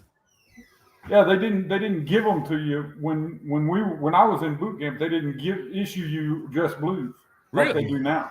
I thought they did. Nope, they did not. And I went in 1986. So in 1986, they were not issuing dress blues. Damn. And I was just a young PFC. I wasn't about to go buy the damn things. Oh hell no. If they're not issued to me, I ain't buying it. Yep. So so on TikTok I have my he was my first sergeant. He was out there. And then he, after a while he obviously became a sergeant major, so he's watching us right now. So yeah, I got because I was able to, we all got issued the blues, and I had to get them because we had to go to the ball, the St. Barbara's ball for artillery, and it was a blast. I remember he's like, I don't drink Crown Apple, and he downs half the bottle. Holy crap. We were doing our grog. I was like, oh shit. That was funny. All right. Have you had a choice between a SIG, a 1926 SIG, German SIG, or a 1911? Which one did you take? 1911. As a side piece. What I carry now. What I carry? No, you don't. You're not carrying anything right now. You're carrying water. You're carrying water, sir. What are you talking about? Trying to shut me down here? Come on. All right. What was your favorite, or has been one of your favorite military themed shows? MASH, NCIS, or JAG? Well, MASH I grew up with, right? But NCIS is a great one too. But MASH is my all-time favorite. You can still catch that on late night TV. Oh yeah, and it's still the highest watched series ending ever in history. Hell yeah! So makes perfect sense to me. Okay, so there was one cast member for MASH that was actually in all of the episodes. Do you know who that cast member was? You know, I've had that question before. No, I do not. Alan Alda. Yep. That doesn't surprise me. Yeah, Alan Alda is like he was in every episode. Did you know that was it Klinger is considered a Disney princess now? Say that again. Did you know that Klinger is now considered a Disney princess? Well, he wore enough dresses. Yes, he did. But the reason why is because MASH is now owned by Disney. Therefore, Klinger is a Disney princess. That's funny. I did not know that one. Yeah, I was like, what? And then so Radar, you obviously know Radar, Yeah. the character. His character was only supposed to be in some episodes, not a lot of episodes. So his character grew, and it was a fan favorite. Therefore, they just kind of kept him. So there you go. That's cool. I know, right? Enough about MASH. So, but it's cool. All right. So we got the TV show out of the way. Let's go to our favorite movie, military themed movie. All right, I'm gonna give you 3. Okay. Top Gun, Behind Enemy Lines, or Gunny Highway. Top Gun's for pussies. Gunny Highway's the only movie. You'd say that. You know what? So I have memories about Top Gun, right? So I am sitting in A school, in right after boot camp from Great Lakes, in A school down in Pensacola, Florida, where the home of the Blue Angels is. And I'm waiting for my class to start, and I waited I think like 2 weeks before the next cycle would start. And so here we are doing a bunch of barracks cleanup and just dumb shit that we have to do because you have to be employed. So here we are, and you go through like every barracks room or every barracks lounge that you would go into. I shit you not, you walk into it, and then guess what they're watching? Freaking Top Gun. Oh my god. I ended up like hating to watch that movie so much because it was like all you hear was this like ding ding ding ding ding ding ding ding ding. Oh dude, it was just the worst. I was like, I can't even do it. And it was just like, I need to feel the need for speed. Shut up. Nobody cares. And it was like I growing up in San Diego, you saw that the Top Gun, where it was in Miramar. I do have some cool anecdotes about that, right? So the MiG fighter pilot that they show him, obviously they just show the helmet or whatever, was my old air boss. So he was the air boss on my ship when it was on. So basically he was the one in the tower. He's like, God damn it, who told him not to come through? That was him. He was in the MiG, so he was actually through that. The other cool thing about being in the Navy is that you kind of like get to meet certain people, right? So my division officer, my Divo, as they called it, not a diva, as Divo, D-I-V-O, he was the number 6 Blue Angel, which is, I know, right? I was like, oh shit, that's cool. And then, you started meeting other people, and it's just like, oh shit, okay. I don't know. I just found that, little anecdote there. But, all right. Okay, so I'm going to give you 3 military leaders, right? And no, I'm not going to pull Chesty because I already know you're going to go with Chesty. So I'm going to leave that alone. I am not going to give you Chesty. Sorry. Okay. Betsy Ross says, hell yeah, USA. All right. MacArthur, Douglas MacArthur, General MacArthur, Admiral Nimitz, or Dwight D. Eisenhower. Man, I'd have to go with Nimitz. Really? Okay, was not expecting that. I thought you were going to say MacArthur. So, you sir have have now unlocked a new story, because I was actually I lived in Oxnard, or not Oxnard. I lived in Ventura, which is adjacent to Oxnard, Port Hueneme, and Point Mugu. So Point Mugu had it was the West Coast base for the Navy Seabees. And then Point Mugu was actually an air base in out there. They combined it. They became, Point Mugu or whatever it was. So on the Pacific Coast Highway, that you're actually, when you're going from Oxnard to LA on the beach, through the beach. Have you ever seen any of the commercials for like Ford or any car commercials? They'll use that stretch for the commercials. Yeah. Okay? Going up the Coast Highway. Exactly. Right. So right before you get to that rock that you actually always see, there is a house up on the hill when you're going south towards LA. Single house up on the hill, didn't know anything about it, right? So that house used to belong to the gentleman that actually owned on that land that now the Point Mugu actually sits at, right?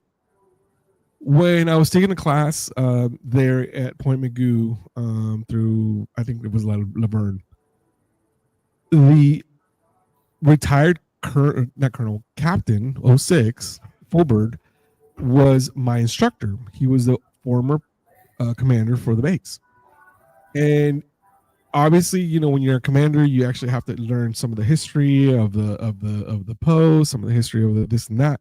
So he learned that when the military wanted that piece of land to make an airstrip, an air base there, he learned that the gentleman actually that owned all that land was up there in that house. He was the owner of the land.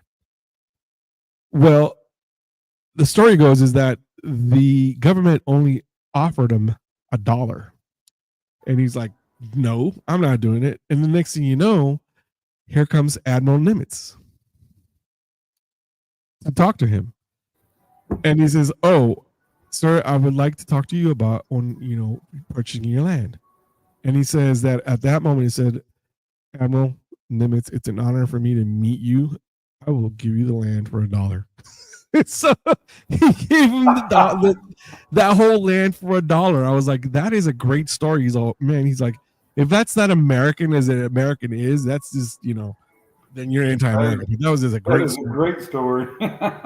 I was sitting there going like, wow, I'm sitting here in a place where like, Chester Nimitz came and just talked to a man that went in his land. He's like, anything for Admiral Nimitz, he asks, he gets. He's like, he got it for $1.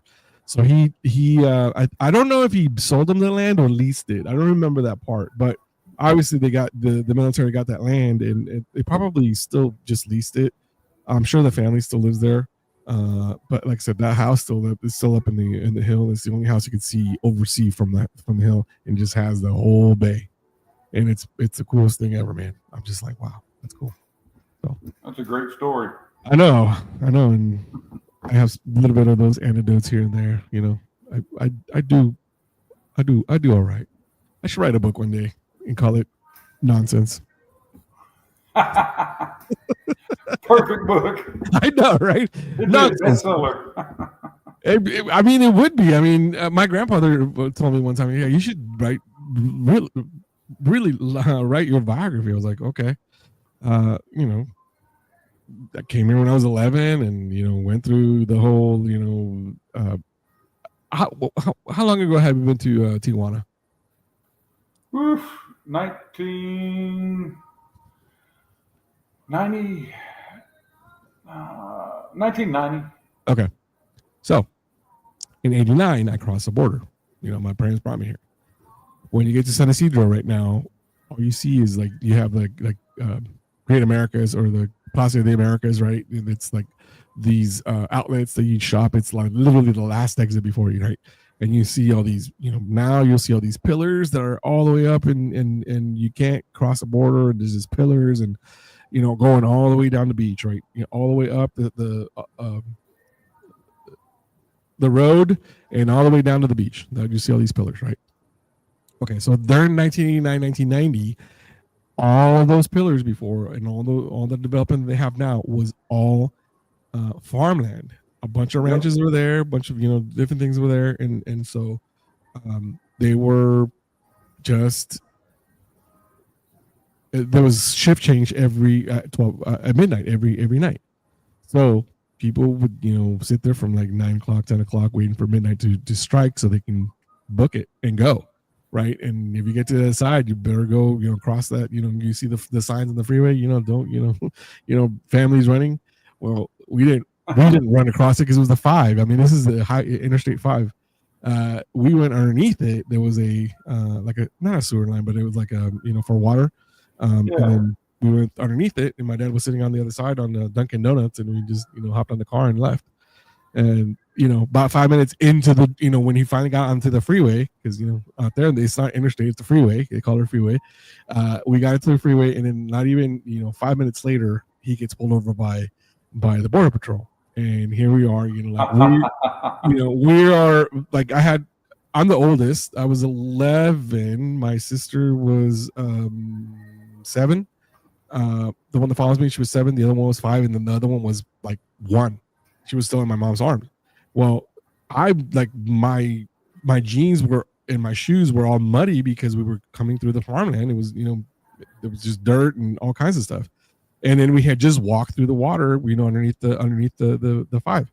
So we had blankets and we all covered them and everything. So we left everything, make sure that nothing was actually being, no mud was actually shown or anything like that. And yeah, we ended up going through. It was the craziest thing.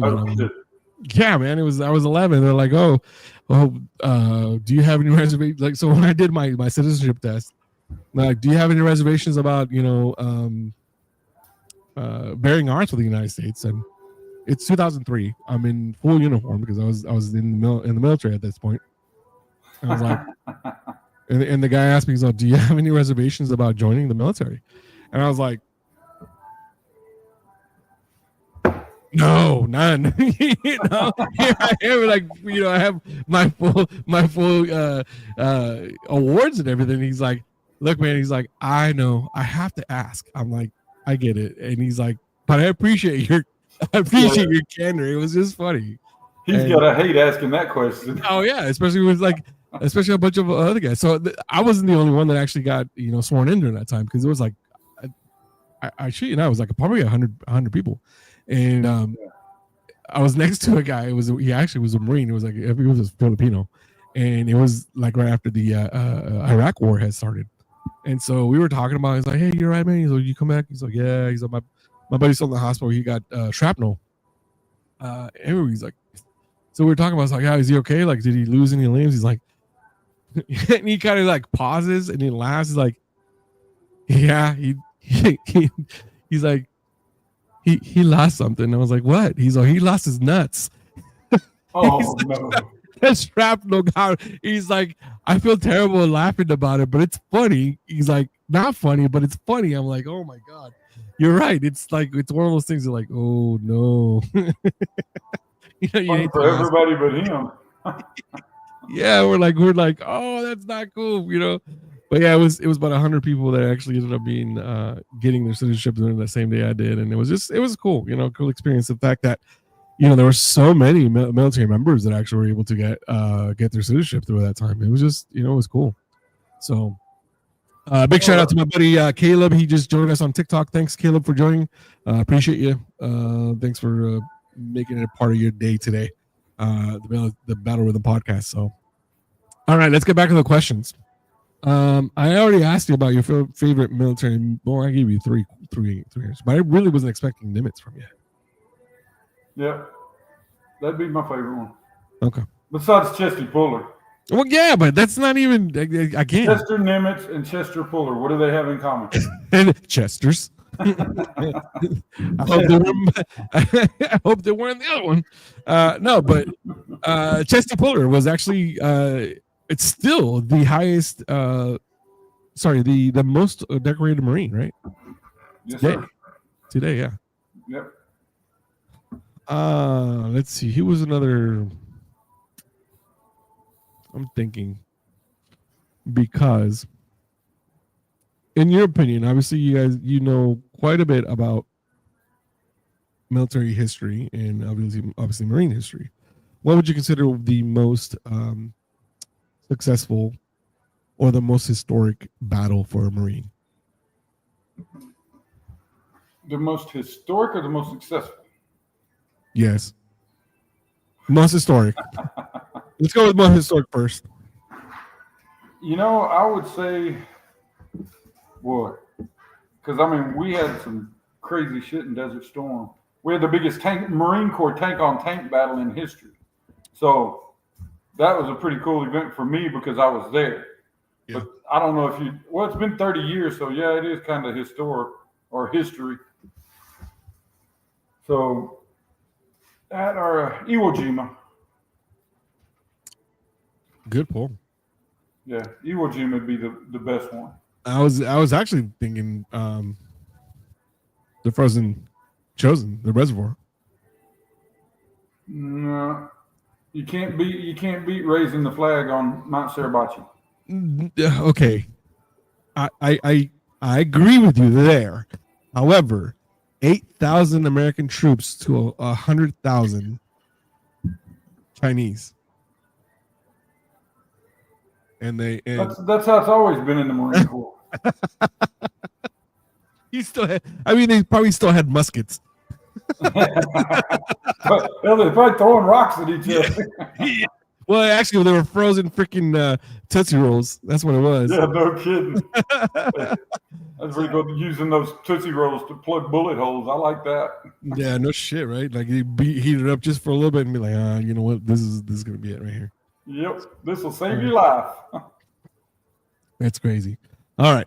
So I have a couple more questions, and I know you're itching to go back to the hot tub because to the hot tub, put a little Eddie Murphy there in your life. But I wanted to ask you, if you had to do it all over again, would you still choose the Marines? Hell yeah, absolutely, 100%. And if you were at which period of time would you do it in? Would you be one of the original members of like when at Tun Tavern? Yes. Or would you? Absolutely. Okay. With the muskets. With the muskets. Sounds of bitches. They took our women. Yeah.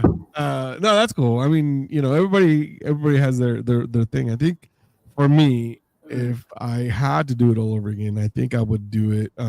I would love to have met MacArthur. He's by far my favorite military history leader out there, and not just because of what he did. Right? I mean, we talked about this earlier. We know Victor over Japan. He was there to sign the surrender from Japan. What people don't realize or don't remember is that he actually was also over the rebuilding of Japan 4 years, after the fall of Japan. Yeah, And my stepdad was on the USS Missouri when they were signing the papers. Oh, no shit. Yeah, he was there. He was security, standing right behind them. Oh, wow. Yeah. Do you have a picture of that? Oh yeah, got a picture of it, and he's got a he's passed away now. Right. But we've got a USS Missouri toy or whatever you want to call it. USS Missouri toy in a box with the picture of him and the flag and all that fun stuff. Oh, that's crazy. Yeah, it's pretty neat. Yeah, but what I'm saying is that most people don't know that that MacArthur was actually there for 4 years after. The crazy part about it is that he had so many people actually telling them. Not so many people, but one advisor to the emperor was talking to him. He's like, you never look him in the eye.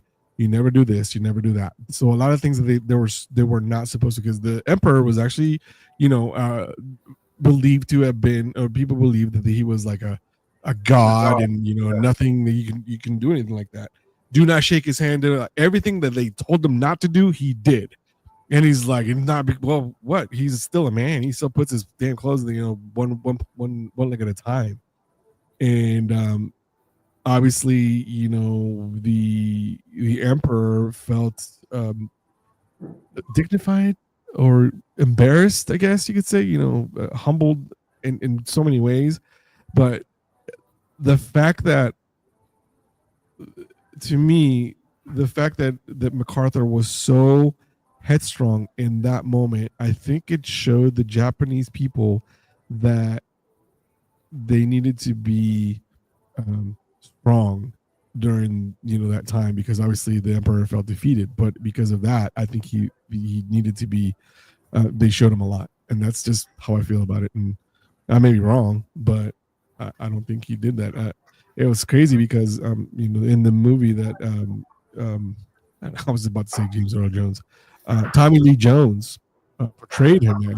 He stands on top of gets off of the aircraft, stands there for like 10 minutes, and then next thing you know, he gets in the car, and all of the guards that are the procession, they all turn his back on him, because that's what they did to the emperor, because they couldn't look him in the eye, and that's like the biggest sign of respect.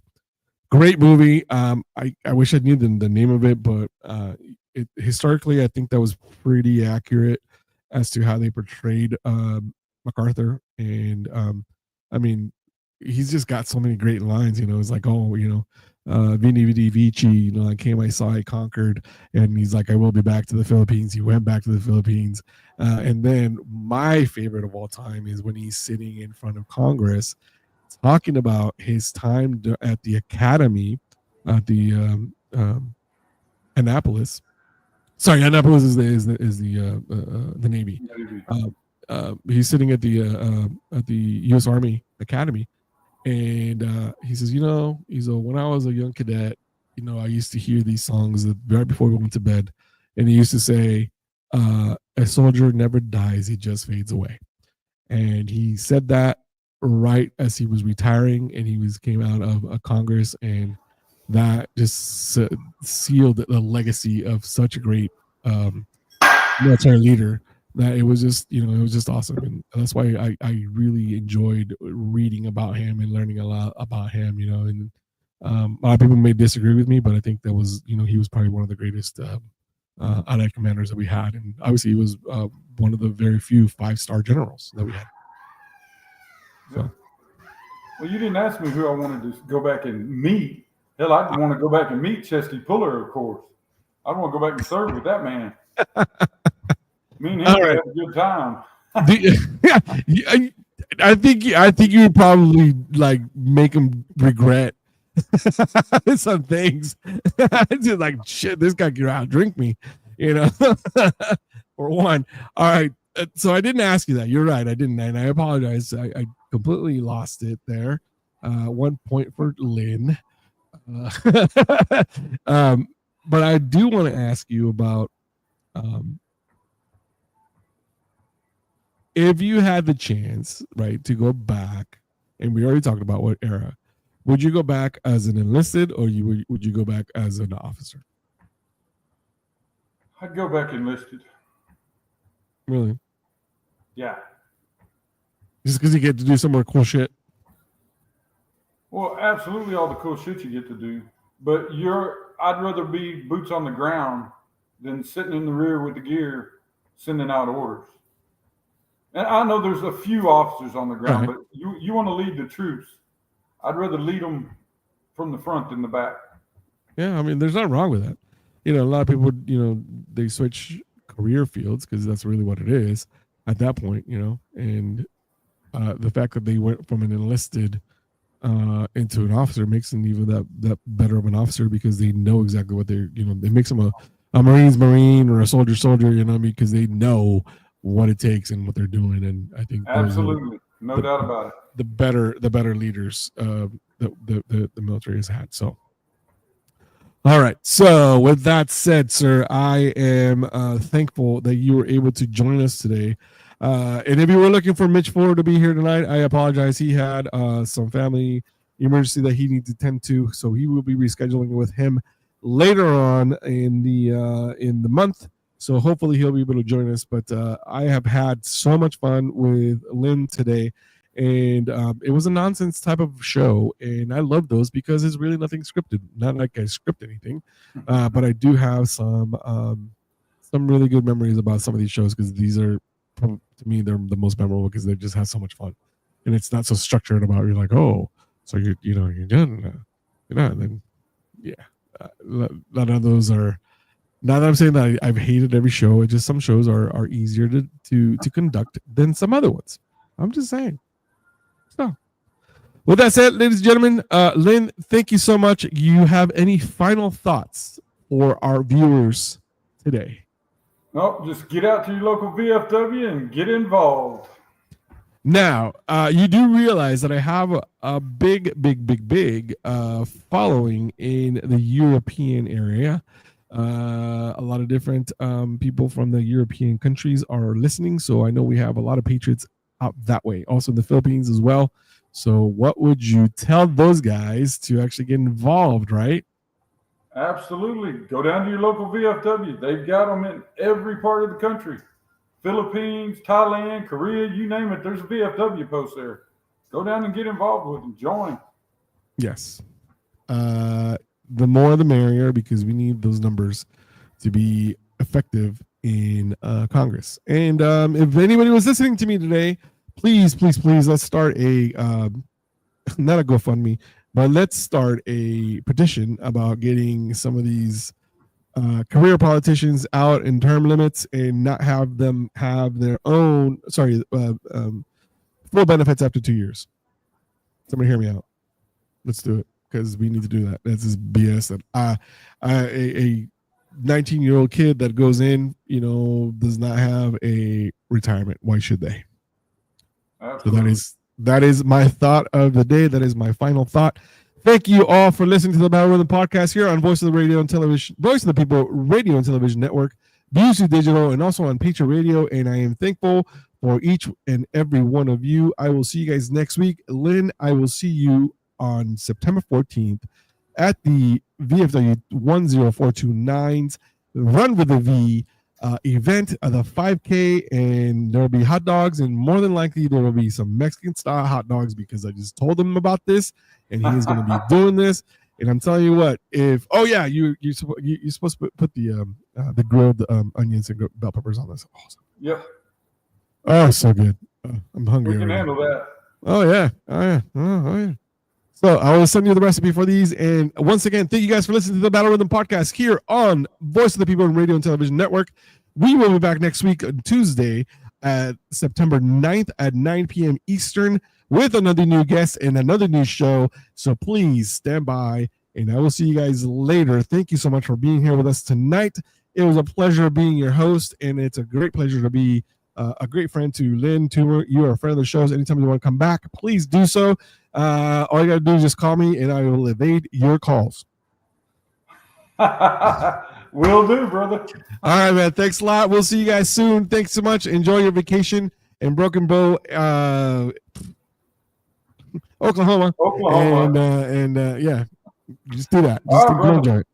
All right, man. Take care. See you guys later. Thanks so much for coming in, and we'll see you guys next week. All right. Thank you for watching. As we wrap up today's show, we want to extend our heartfelt thanks to each and every one of you for tuning in. Your support and engagement means the world to us, and we hope you found today's content insightful and entertaining. This episode, along with all previous shows, is available on all major media platforms. Whether you prefer to listen on Spotify, Apple Podcasts, or watch YouTube, we got you covered. Be sure to subscribe, rate, and leave a review to help us reach more listeners just like you. We'd love to hear your thoughts and feedback. Connect with us on social media, where you can join us in our conversation and stay updated on the latest news and episodes. Follow us on Twitter, Instagram, and Facebook. Thank you once again for being part of the Voice of the People, USA Radio, and TV Network. We look forward to bringing you more exciting content in our upcoming episodes. Until next time, take care.